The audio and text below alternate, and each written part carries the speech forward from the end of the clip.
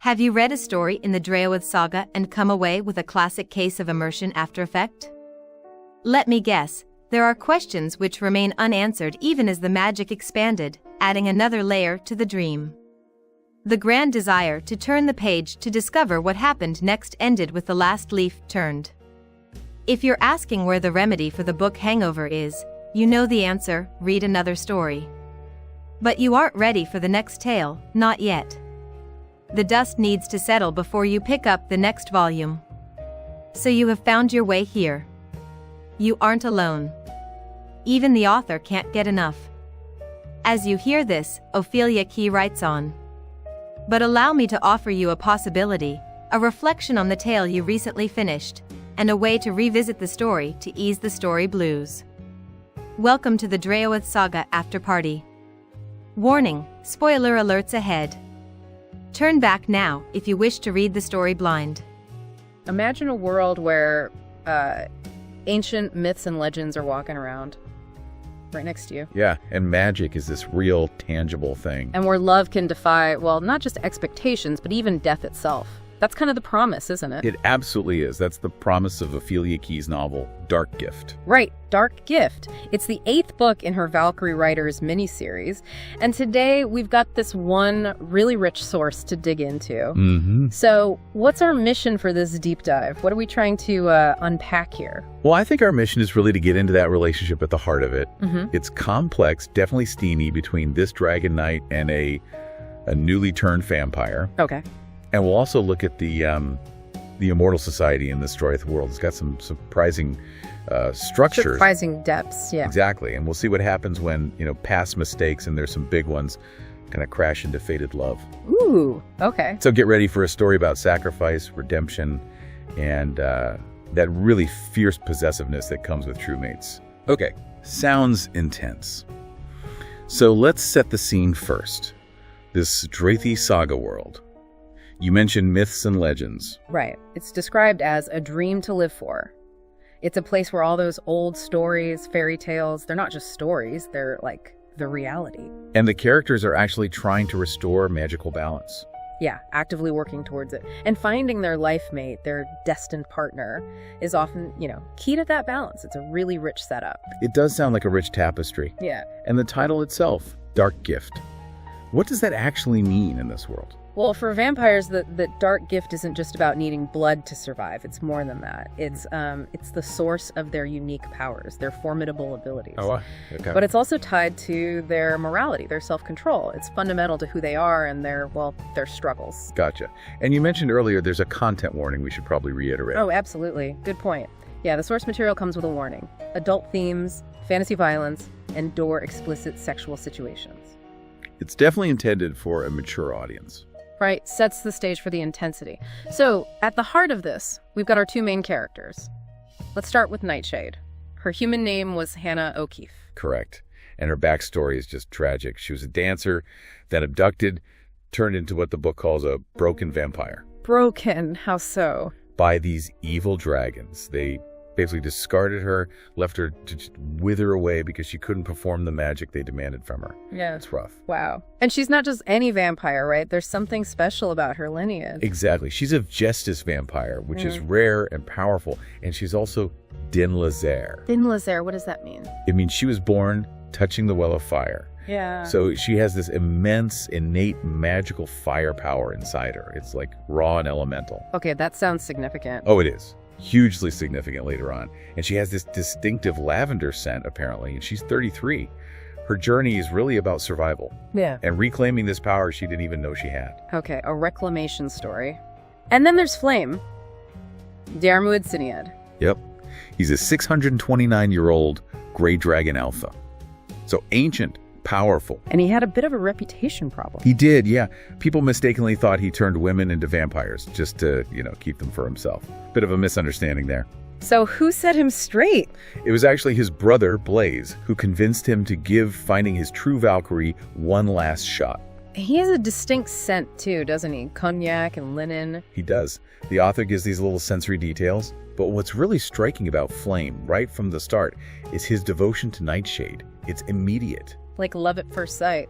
Or something deeper? Deeper, I think. He sees her as this treasure, but knows she's damaged, dejected, and fading. And he just instantly vows, I'll fight for her, die for her, live only for her. Whoa. That's intense. Full-on commitment from moment one. Total commitment. It basically defines his whole story arc from that point on. Okay, so that kind of immediate, fierce devotion must create some problems, right? Some tension. Oh, absolutely. You see Flame's worry almost straight away. He tells Nightshade he's already broken major laws just by feeding her his own blood from his vein. Why is that such a big deal? Because it's against dragon law. And he's terrified of being executed by Ash. Ash, the Lord of Dragons. The very same. And Ash has this power, this terrifying ability to magically force confessions.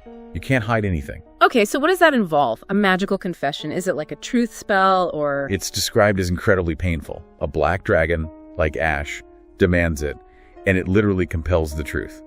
There's no right to remain silent, as the book puts it. It's brutal. Wow, okay. High-stakes justice system. Definitely. And Flame knows this is what he might be facing. So as things move forward, Flame's past starts catching up with him in a big way, right? It's the secret. A huge one. 5 centuries old. Yeah. This is where it gets really complicated and tragic. 5 centuries? What happened? Well, 500 years ago, Flame served this Immortal King. Awful guy. He abducted and murdered the family of the woman Flame was supposed to marry. Yeah. But Flame, showing some compassion even then, managed to smuggle the king's wife's younger sisters out. They were innocent. Okay, so he saved them. He tried. They got sick with some deadly illness, and to save them, he turned them into vampires. Bee Justice vampires, specifically. He bled for them himself. An act of sacrifice. A huge sacrifice. But the king found out. He had Flame executed for insubordination, sent into the netherworld. Executed, but he's here now. Dragon death is complicated. We'll get to that. But the immediate tragedy was, while he was gone, the girls died anyway. Oh no, after everything. Exactly. So he carries this immense guilt, this heartbreak over losing Clara and Roselle. It's haunted him for centuries. And this past connects directly to his situation with Nightshade now. How? It does. His actions with Nightshade are seen as a crime of coercion, partly because of what he learned back then. Coercion? How so? He saved her life by feeding her, didn't he? He did, but it's complex. See, he admits he took pleasure from the bite of 2 innocent vampires, referring to Clara and Roselle back then. That's when he first learned about something called Cedra magic. Cedra magic. Okay, what's that? It seems to be a kind of magic linked to pleasure, perhaps compulsion, maybe truth. It's dangerous. And crucially, Nightshade's makers, the evil dragons who turned her. Yeah. They damaged her by mixing Cedra magic with Veritas magic, which is about ultimate truth. This horrible mix left her with this constant agonizing thirst that only dragon blood can soothe. Oh, wow. So her condition is unique and directly tied to this dangerous magic. Exactly. So Flame's past actions, even the ones meant to save Clara and Roselle, give him the knowledge, maybe the justification in his mind, to deal with Nightshade's unique thirst now. So the coercion part. Right. He capitulated, the book says, and coerced her. He basically traded his blood, which she desperately needed, for things like her clothes sizes and the right to just hold her while she slept. Okay, that sounds transactional. It does. And he acknowledges taking pleasure from the bite of a vampire, again, in this exchange. Yeah. But the narrative frames it as him using his blood, his power, to gain intimacy, yes, but ultimately to keep her alive and safe because her situation is so perilous. It's walking a very fine line, morally speaking. A very fine line. It's all about his desperate need to protect her, even if it means breaking rules or using questionable methods. So this willingness to do anything for her leads him to make even more confessions, right? Ones that actually get him sentenced to death. Yes, what the story calls the ultimate sacrifice. He confesses more to Ash. First, oath-breaking. How did he break an oath? By interfering with Nightshade's free will. She tried to run away from Draoithe, probably terrified, and he forcibly brought her back, arguing it was for her own safety. Okay, interfering with free will. That sounds bad in their world. Very bad. And then the big one. He confessed to forcing a woman. Okay, wait, that sounds awful. How does the book handle that? It immediately gives very specific magical context. It's crucial. As a Vigestus vampire, Nightshade's specific magic requires her destined consort to essentially take her by force, to create the magical link she needs to survive and stabilize. Requires it, like it won't work otherwise. According to the magic system described, yes, it's a mechanism of her specific lineage's magic. So Flame says he took her honor as his own, linked with her this way. specifically stating he willingly sacrificed his own honor, his standing, everything to save her life and stop her from fading away completely. So it's framed as a sacrifice for her, using a necessary, albeit brutal-sounding, magical step. Exactly. It's presented as a desperate act, driven by love and the need to fulfill the magical requirements of their bond to save her. Still jarring, but that's the context given. Okay. And the sentence from Ash for all this? Severe. To die 4 times by the druid magic, which means 4 separate trips to the underworld, 4 days total, and crucially, losing his memory each time he returns. Lose his memory. That's brutal, but just as he's sentenced, Nightshade reacts. Oh, does she ever. She screams, runs towards Flame, and then just unleashes her power. Her Den Lazer fire magic. She threatens Ash, the Lord of Dragons, directly. The firepower she was born with. That's the one. The book says she's powerful enough to burn a dragon to ashes. And Ash, this incredibly powerful being, actually cringes and steps back from her. Wow. That shows her power and her connection to Flame. Absolutely. It's a massive moment. Shows her raw potential and how deep that bond already is, even if she doesn't fully understand it yet. But you mentioned dragon death is temporary. Right. Turns out, for dragons like Flame, it is. His allies, Luke and Blaze, they keep reviving him after each of the 4 deaths. He even says, "Death is temporary for me. Painful, terrifying, memory wiping, but not final." Okay, that lessens the sting a little, but still, memory loss. It's a heavy price. But through all this chaos and pain, their actual bond, the Valkyrie bond, solidifies. How does that happen? During one of their intimate moments, Flame initiates what's called a soul fusion. He whispers these words, "I am your dragon, you're my Valkyrie. My command alone must you answer. You alone must I please." Wow. That sounds incredibly binding. Both ways. It is, and it has physical magical results. Her Den Lazer flame collides with his dragon fire. And what happens? She grows wings. Beautiful fire red wings with dark red blood-colored edges. It's the visual mark of her becoming his Valkyrie. Wings! That's amazing. Any other signs of the bond? Yeah, quite a few. She can now hear his thoughts. His gray eyes start glowing with his charcoal fire, which is noted as being like her aunt's eyes. A family connection there too. Seems like it. And he gets permanent fang marks on his neck from her. But maybe the biggest change for her. Go on. Because of the bond and the dragon blood she's consumed, she can now walk in the sun. She becomes a daywalker. A daywalker vampire. That's huge in vampire lore. It is. It's another sign of how unique their bond is and how protective his draconic nature is for her. Okay, so we've got this incredibly intense personal story, but what about the wider world, Draoithe? You said it's more than just a backdrop. Oh, definitely. It's this whole project, really. Luke, the leader, his main goal is creating an immortal Camelot. An immortal Camelot. Why? Primarily to protect his own mate, Eli. So he's gathering powerful allies around him, alpha types, powerful women on the Druid Council, building a power base, a sanctuary. A sanctuary, so it's a safe haven. Yes, especially for immortals who've lost everything, often because of antagonists like this character Elliot. It's a place for healing. Nightshade finds a place there as a dancer again. And others contribute too. Right, you see pack members who are florists, jewelers, running coffee shops. It's becoming a real community, a society. And you mentioned unique rules earlier, like that seal flame created for Nightshade. Yes, that's a really interesting piece of magic. He actually altered her ability to be commanded by vampire powers. He made it so only he can command her. Okay, that sounds a bit controlling again. But wait, there's a balance. He is simultaneously bound to please her, his Valkyrie, so it gives him control to protect her from others, but binds him to her needs and desires. It ensures her safety and a kind of balance within their specific power dynamic. It's actually quite clever, a magical safeguard. It is. And then there are the really surprising societal structures, the controversial ones. Controversial how? Well, the Draoithe Society has these ancient codes, and one of them involves turning certain criminals, really heinous ones, like child abusers, rapists, traitors, oathbreakers, into something called Dragon's Warn. Dragon's Warn, what are they? They're described as immortal gelded slaves.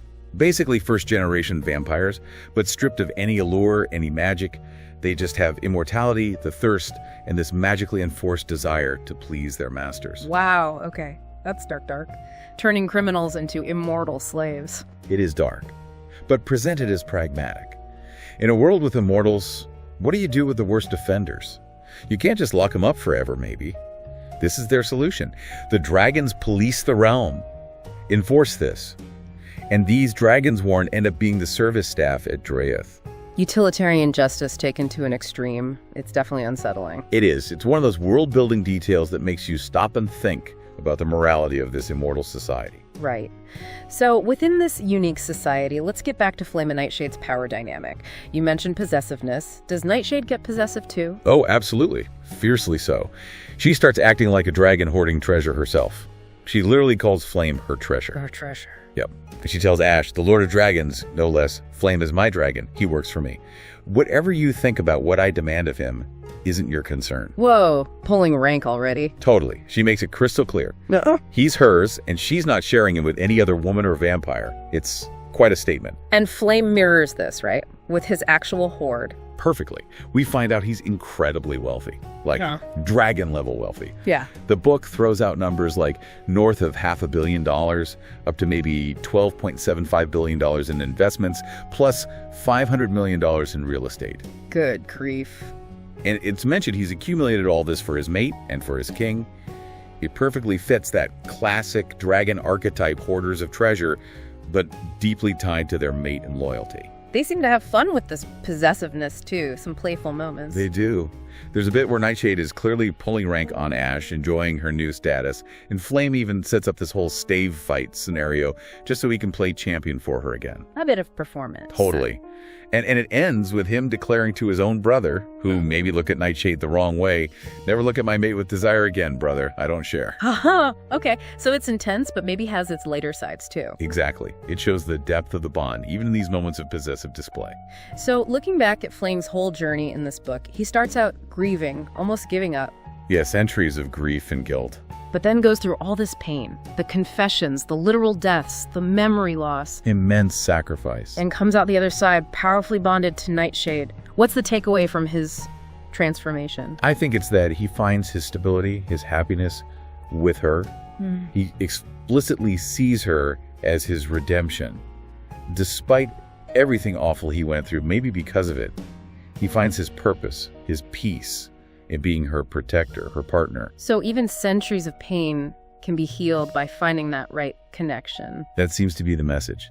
That faded, fierce bond heals even the deepest wounds and transforms him completely. What a story arc. We've really journeyed through this world where love means huge sacrifices, where these ancient, sometimes brutal, magical laws rule immortal lives. And where even death isn't always the end. Right. Flame and Nightshade's story, it's really about reclaiming power, finding where you belong, and embracing this incredibly possessive, faded love. It really is. And thinking about Flame's journey, his need for absolution, his ultimate devotion, it makes you reflect, doesn't it? Well, it prompts you to think about the idea of absolution in your own life. You know, what deep-seated guilt, what past actions or mistakes might you need to confront and reconcile? Not just for yourself, but maybe for others. Exactly. Not just for your own peace of mind, but maybe to truly protect and connect with the people or the things that you cherish most. Something to think about. Don't forget to like, share, and subscribe. Thank you for your support. For more, visit opheliakey.com. Welcome to the dream. Sincerely. Okay.